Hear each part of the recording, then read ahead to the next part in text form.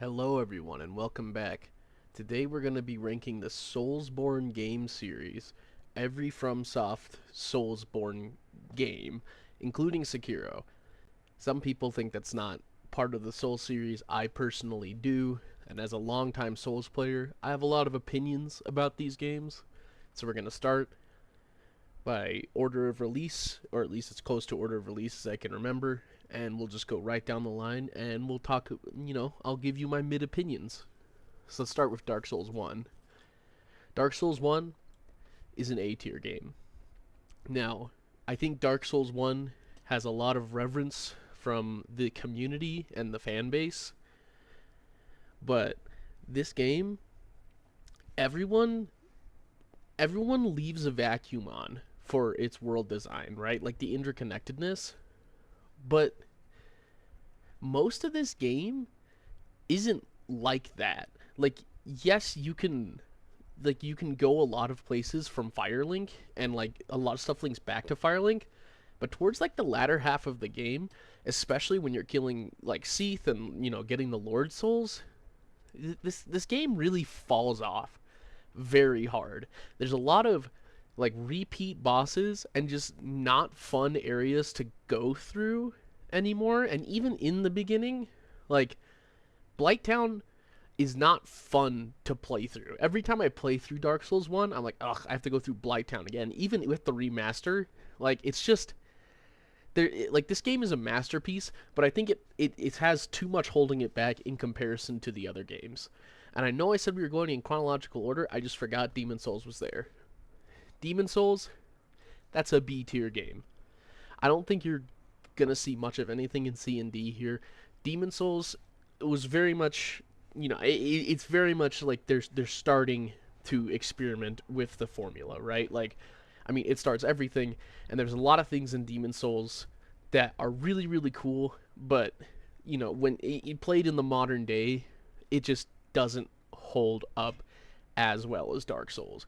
It's still a good game. Like I'll still play it, but a lot of the bosses in this game very very simple. A lot of the enemy design very simple, and a lot of the world design, like the bridge where the dragon's just spitting fire at you the whole time, it just isn't fun to play through. Like in the modern day, it's still good though. Now the original Dark Souls 2, A tier game, and in my opinion, better than the first Dark Souls. I am a Dark Souls 2 super fan. This was my first Souls game, and I know like people say like adaptability, and it doesn't have the same world design, blah blah blah.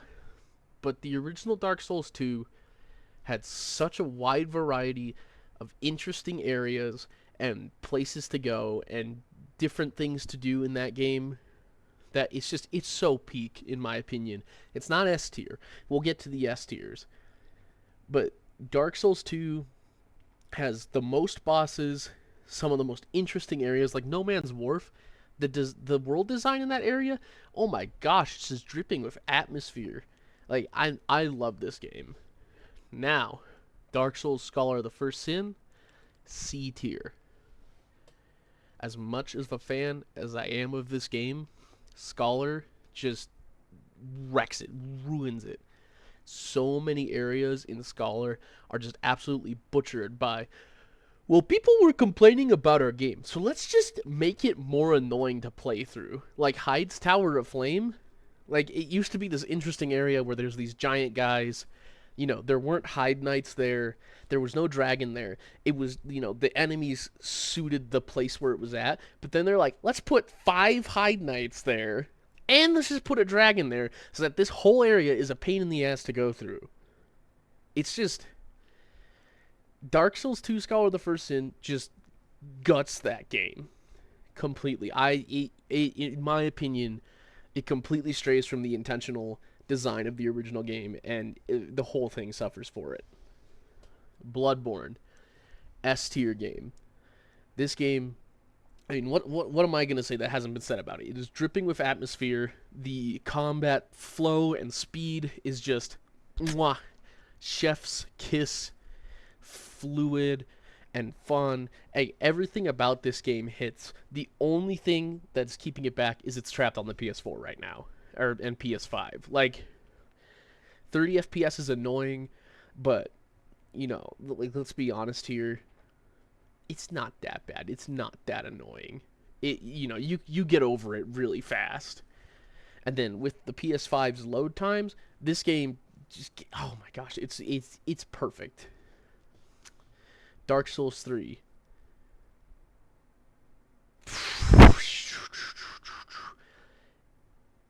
A tier? No, S tier. Dark Souls 3 is the perfect introduction for anyone into the series.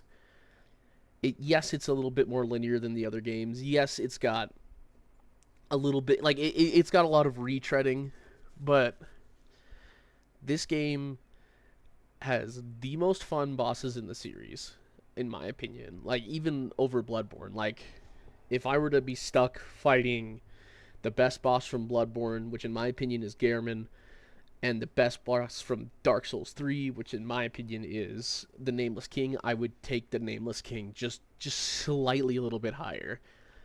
This game just hit its stride like perfectly. It was fantastic. Dark Souls Remastered. I have a lot of opinions on Dark Souls Remastered. This did nothing that I wanted it to do. I am very personally disappointed by this game. Yes, it's Dark Souls in 60 FPS with a little bit of texture resolution have been upped, but that's it. Like they didn't change anything else. It's not remastered in any noticeable way other than the FPS boost, which you could get a patch with DS Fix on the original Dark Souls. I I I don't see what the point of this was. Just release a patch for Dark Souls 1 that bumps it to 60 FPS and there you go. You have the same game. Like let's do a test here.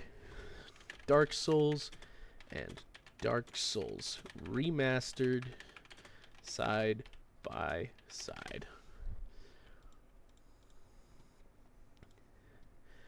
It's like you have a little bit of extra fire here. The textures look a little bit clearer. But this game just it just it's just so nothing. Like everything that you see in the remastered here could be done with a couple like just a simple like up-resed mod on the PC. And sometimes like I think the remaster here looks worse than the original. Like the original you have this really interesting like reflection texture on that helmet and then here it's gone. Like and assumedly this is the same thing. I think that's the remaster on the left. Like this game like the remaster does not do what I wanted it to do.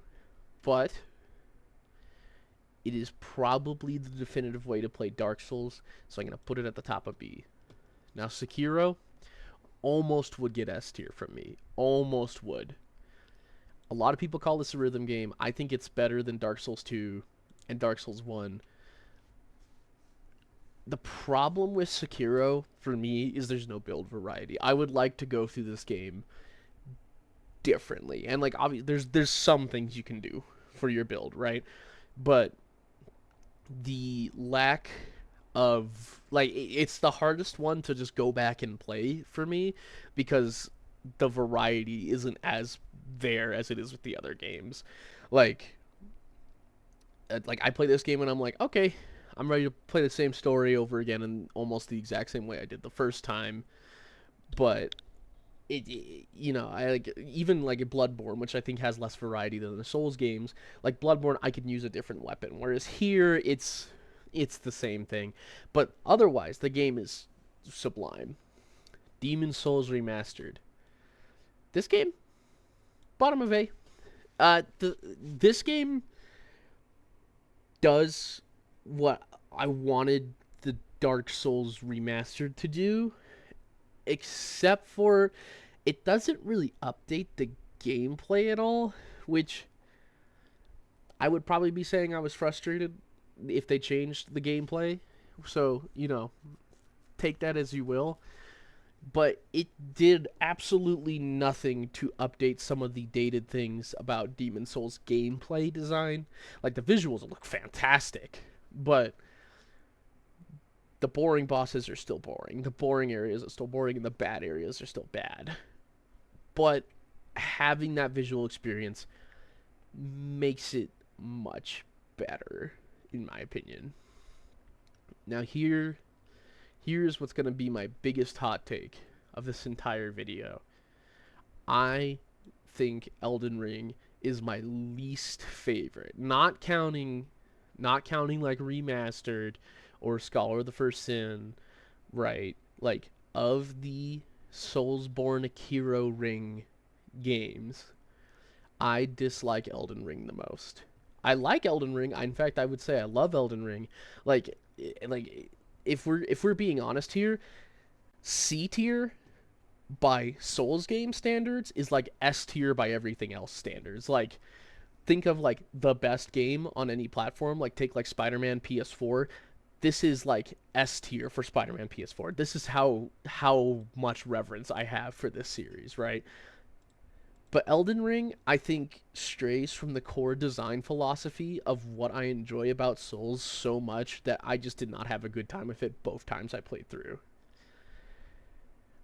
So my rationale is Dark Souls 3, Bloodborne, Sekiro, Dark Souls 2 to a certain extent, Dark Souls 1. The linearity of those games does a great service to them because Dark Souls 1, like, you can go to the catacombs first thing, right? And the enemies are harder there, but you can choose to push through that challenge and sequence break, right? Dark Souls 3, it's a lot more linear, but every single section of the game, the challenge is perfectly tuned to around the level that you're going to be at. You're almost never going to be over or under leveled for a fight in that game. And so every time the challenge hits perfectly until, like, you're like me where you've played through the game like 15 times over and over again, right? Same thing with Bloodborne and Sekiro. Elden Ring lost me on that so many times where I would go to an area and I'd be so over leveled for it that it just became super duper trivialized. And in the places that I was under leveled or correctly leveled, and this is a personal thing, like, having played so much of the Soul series, even when I was correctly leveled, like, it felt easy. And then when I was under leveled, I was like, oh, I'll come back. But then I forgot about that area, right?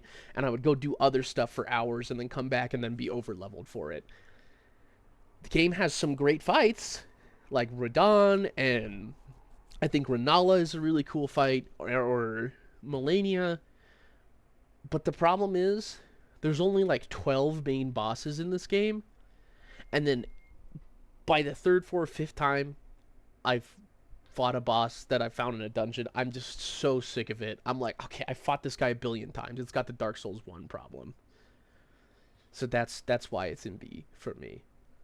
And that's my list. Feel free to absolutely annihilate me and my mid opinions in the comments. Thanks for watching.